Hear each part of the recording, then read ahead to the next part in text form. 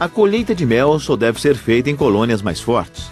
Em geral, colmeias que estão passando por divisões não devem ser usadas na colheita de mel para não se enfraquecerem.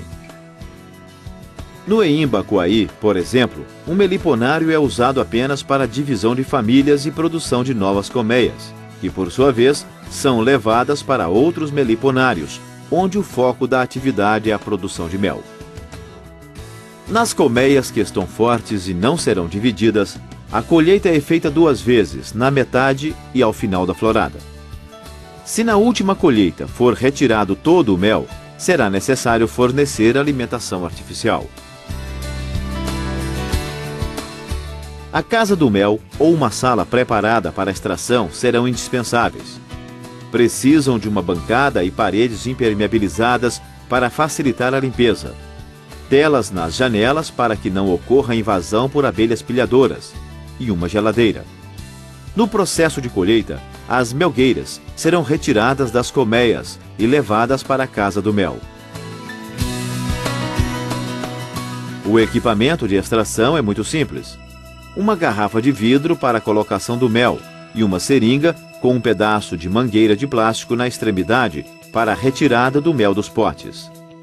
Essa mangueira é do mesmo tipo da usada em hospitais para aplicação de soro. Todo o material usado deverá estar higienizado. A seringa e a mangueira, preferencialmente, devem ser esterilizadas e depois descartadas ao final da colheita. Os vidros devem estar limpos, evitando-se reaproveitamento de embalagens. Estamos trabalhando com o alimento, sendo fundamental utilizar as melhores práticas de higiene. A colheita de mel deve ser feita não no total, e sim dividido em fases. Então nunca devemos colocar diversas melgueiras para colher tudo ao mesmo tempo. Por quê? Porque a tendência é que em tempo chuvoso ou frio as abelhas venham a se alimentar do mel que foi armazenado. Nós recomendamos primeiramente dividir a colheita em etapas. À medida que os potes serão operculados e as melgueiras estiverem lotadas de pote, nós recomendamos a retirada do mel. Quando você colher de potes que não estão operculados, a tendência é colher mel verde que irá fermentar mais facilmente, pelo maior teor de umidade que esses potes contêm.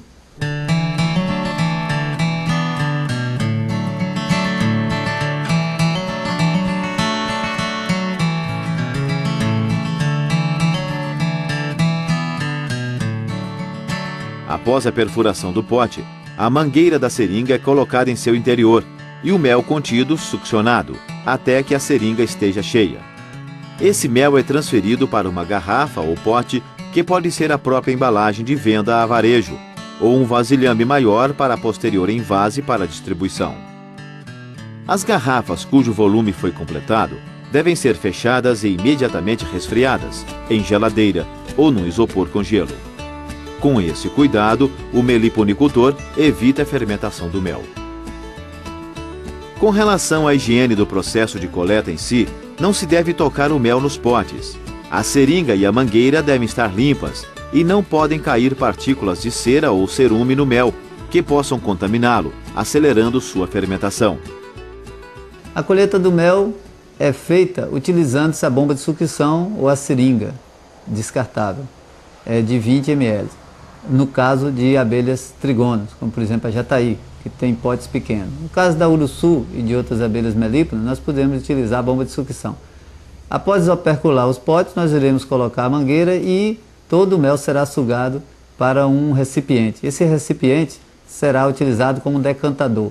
Mas um dos cuidados principais é, à medida que o recipiente for sendo cheio, nós deveremos colocar em um isopor com gelo, porque se você trouxer o mel à temperatura ambiente, poderá fermentar pela quantidade de água que ele possui. Em torno, no caso da uruçu, de 28% em média de água.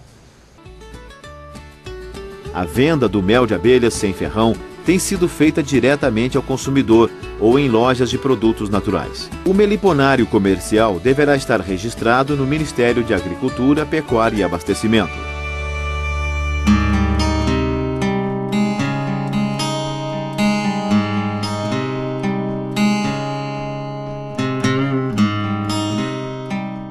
As nossas abelhas sem ferrão já produzem a maior parte do mel consumido na região norte do Brasil. Seu mel delicioso tem um grande número de consumidores cativos, que em comparação com o mel de apis, pagam até 5 vezes mais para consumi-lo. Tudo isso sem que os criadores conheçam as técnicas corretas de criação, como as usadas pelo meliponário Eimba Quaí, que tem comercializado todo o mel que produz com grande facilidade, estando em constante expansão para atender a essa crescente demanda.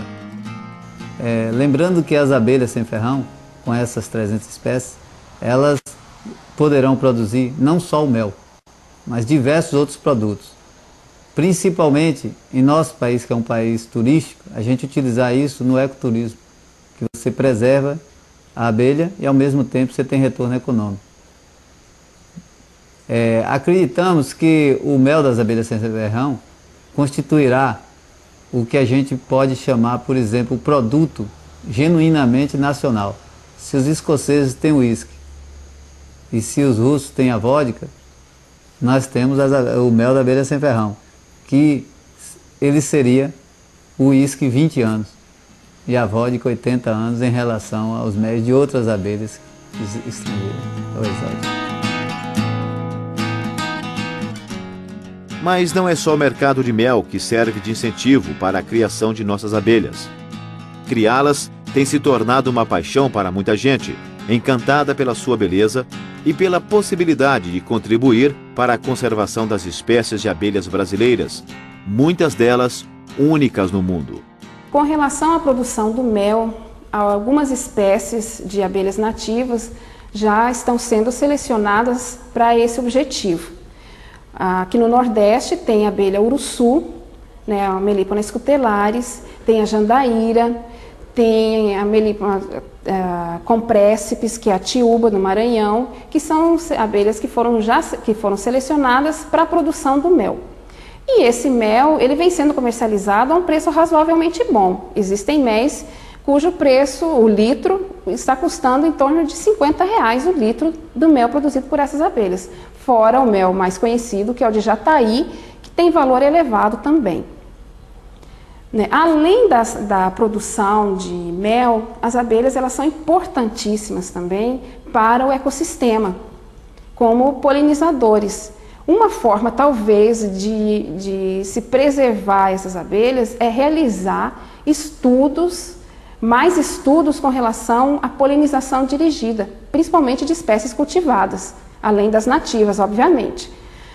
Então, com estudos com apis já estão bastante avançados, onde pode-se verificar que em determinadas culturas houve um aumento na produção de sementes, tanto na produção e na qualidade dos frutos, como a gente pôde observar recentemente um trabalho que foi apresentado na Nature, uma revista, um periódico altamente especializado e confiável, em que eles apresentaram um artigo sobre o aumento da produção do café por meio de abelhas apis mellifera.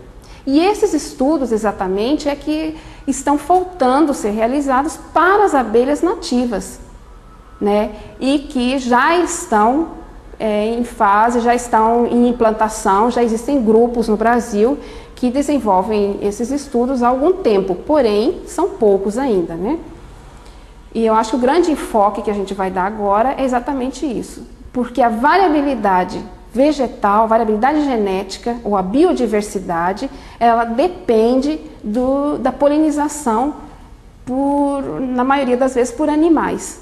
E os insetos, e mais precisamente as abelhas, elas são importantíssimos polinizadores da nossa fauna.